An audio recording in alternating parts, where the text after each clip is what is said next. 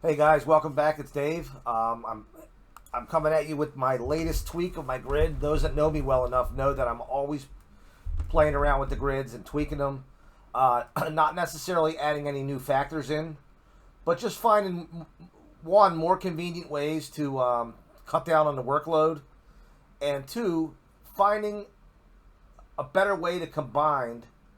I shouldn't say a better, but in search of that best way to combine the factors that we do use to come out with our ratings. And if you look at this, the left side of this grid should look somewhat familiar to those of you that are using the pace progression model. And the right side, I've totally revamped it. And what I'm going to do is I'm going to show you exactly what's going on here. I'm going to show you what to input in the grid. And most of it, like I said before, is a lot of the same information. But I'm going to show you over here what the grid is actually doing with this information. And I put this together earlier today just to play around with. And right now I'm testing it on Charlestown, and I'm kind of excited about it. If you look at the Charlestown right now, we're through 5 races. I passed on to 6. We have 2 more coming up. But I have the results here. I mean, the 2 horse won the first race. Came in 265, which the box of the top 3, you have it in the try. Then right there after that, we have the pick 3 cold. So that's a very hittable pick 4 right there. And we have a 7-5-1. And the 1 could have been very well used. I only went 3 deep in my picks in this race. But we had a 7-5-1. We had a 9-4-2 try here. And if you're looking at the blue here, it's kind of coming up with, it's kind of giving you pretty accurate indications here of the winners. The 3 horse I had on top here. I had on top due to the late speed. And then the 1 horse won the 5th race. But back to the grid. What I'm going to do is I'm going to put in some made up numbers just to show you, what we're doing here, and spend some time focusing on the summary part of the chart or the grid.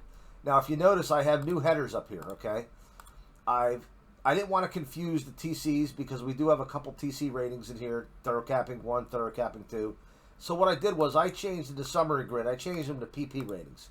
Pace progression 1, 2, 3, 4, 5, 6, 7. We have 7 total ratings, and each of them means something. Okay. If you notice, I have subheaders up here. I should call these the subheaders. I have the main headers here. We have an early A rating, an early B rating, and an early C rating. And I'm going to show you how each of those ratings are computed and what factors are involved in each of those 3 ratings. And then we have a finish rating, which is simply the average of the final fraction and the late pace. And then we have a turn and finish rating, which is a combination of the turn rating and the late pace and final fraction. And then we have early late. So it's kind of like an not I want to call it overall, because I do have another column where I averaged all of these out, and I call that the overall. All right, so maybe I should call this a PR, power rating. It doesn't matter. I'm going to leave the O there right now. But this is the EL, the pace progression 6 rating, is a combination together of a whole race, the entire race ratings, from the pace line that it's used. These are single pace line grids, as you can see, and I'm going to show you how this works. We're simply going to start, and you're going to see how quick we could do this here, because we are cutting out one of the factors, and that's the turn. I have the turn already formulated in this grid. So notice it's at 100 right now. But once I put these, once I enter these ratings, times converted to ratings in, you're going to see the turn change. So let's say it's a 6 furlong race, and we have 22 and 3 for the first call, or E1. First call, either one. I always get them 2 mixed up anyway. But 22 and 3, that would be a 97 off of a 22. And then, let's say the E2 was a 23 and 3. That's a 92. If you notice now, boom, we got a 95 rating on the turn. And again, that's already computed. I did a video a few videos back showing you how to mathematically figure out the turns, now it's already doing it for you, okay? And you're going to see this starting to populate over here as I move on. Now, this next section here is simply just the E1 and E2 pace ratings from Brisnet. So let's say it was a 92, and let's say the E2 pace was an 88. And again, I'm just making up numbers here. And you can see that it's tweaking these numbers as well. And then over here, we have our race shape numbers from Brisnet. So let's say the first call race shape was a -2, and the second call was a +5. We're just going to throw their numbers in there. And I have this formulated to where, because Brisnet uses 2 points for every length. Whether it's a length slow or length fast. So let's say the race was one length faster than the normal par time for that particular distance. If it was one length faster, in the bridge, in the past performances, you're going to see a 2 there. Okay, but my formula I have has it set up where it divides it by 2, so it is accounting for a half. Okay, so in this case here, this 5 would really be accounted for 2.5, not 5. And then same thing here. This -2 length slow would actually be a -1, and it's accounted for in the formula. Okay, now we move on to the final section. So let's say we have a 25 flat final fraction. So off of 22, that's an 85. And let's say Briz Pace has it as an 80. That's all the information you got to put in, okay? You don't even have to look at these numbers here, TC1, TC2. The only reason they're there is because they're being used in these formulas here. Okay, so they needed to be someplace, and it was a lot simpler for me to put the formulas together for these here by leaving them in. I could still have made these formulas without having these here, but then there would be more components in the formula, and I didn't want to get involved in that. So once this grid is populated, let's put a couple horses in. Let's go like a 90 here, 88. Let's go an 87, 82. Let's go a -5, -1. Let's go 88 and 83. Well, 2 horses we compare here. Okay, as you notice, this is populating over here, your summary side. And you have your 7 different ratings. And I have them color-coded, okay? So the first 3 are 3 different calculations or measurements of the early part of the race, okay? Up until the turn. We have EA, early B, early C. Early A is simply just the average of the raw fractions converted to ratings, okay? Simple as that, okay? The second one now takes into account both the, or not both, takes into account the race shape, okay? And as you can see, it got adjusted from a 94.5 down to a 93, which is a total 1.5 difference. Where do we get the 1.5 difference? We get the 1.5 difference from the combination of these two, from the formula. And then early C takes into account the Briz pace numbers.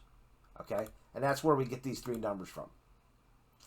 And those of you that are savvy with formulas, once I put these in the thorough capping download sheet, you guys can get a closer inspection on what the grid is actually doing with these numbers. Okay, and then we move to green. Okay, green is from the start of the first turn to the finish, okay? So the first section, PP4, pace progression 4 rating, is simply your average of your final fraction and late pace, okay? So this is the best final fraction horse right here, with the late pace figure tied into it. The pace progression 5 is the turn. Here's where we're adding the turn into it now. The turn and this rating here, the final fraction rating, averaged out. And then we have our early-late combination, okay, where it's averaging out the early, and I chose to average out the PP3. I could have put all three of these in there, averaged them out with the late, which is the turn and the final fraction, okay? So the EL rating is actually the average of early C and the turn final fraction, which is pretty much the entire race, okay? Okay, EC is all of this taken into account. The early raw, the Briz, pace, and the shapes, first call, second call.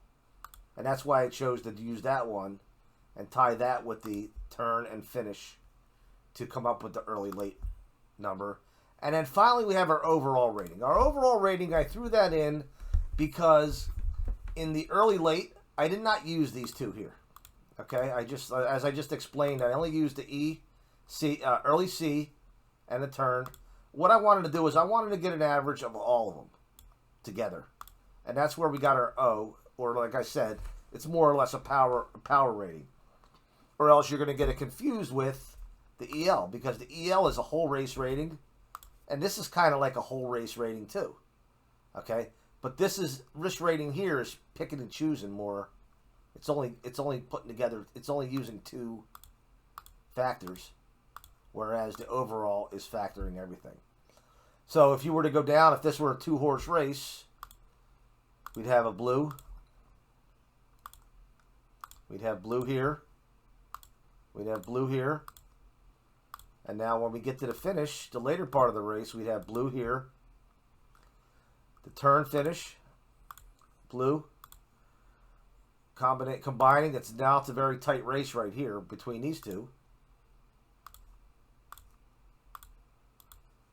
And then it gets even closer here in the overall. Okay? So obviously if there were more runners figured, and this was figuring out like this, the 1 and the 2 would have been, my top choices here.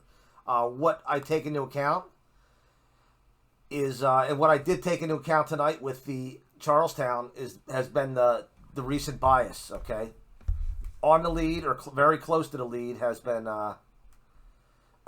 doing well recently at Charlestown this week and the end of last week. And if that were the case today, I would probably favor, if this were a real race, I would favor the 1 over the 2 in this race. If not, it'd be the other way around. The other thing, when I've been doing my grids, I've been using a different shade of blue and yellow for these columns here. Because what it does, it breaks it up a little bit, and it gives me the understanding that these are call points, and this is transitional, okay? This is transitional from one to another. And I've been using just a different shade. And then over here, I've been going back to the solid colors here. Okay, but that's the new grid. And I have it formulated here where you put the, let's say this was Charlestown 5. When you put the race over here, it automatically comes over here. So in case you're only looking at these grids, which you probably should only be, because you don't even need this information anymore. Once you have this all done here, then all you need here. So if you were copying and pasting and putting this someplace separate for your race day, you'd have everything you need right here in this particular area. All right, so hopefully that's helpful. I'm going to try to get these grids onto the download page tonight.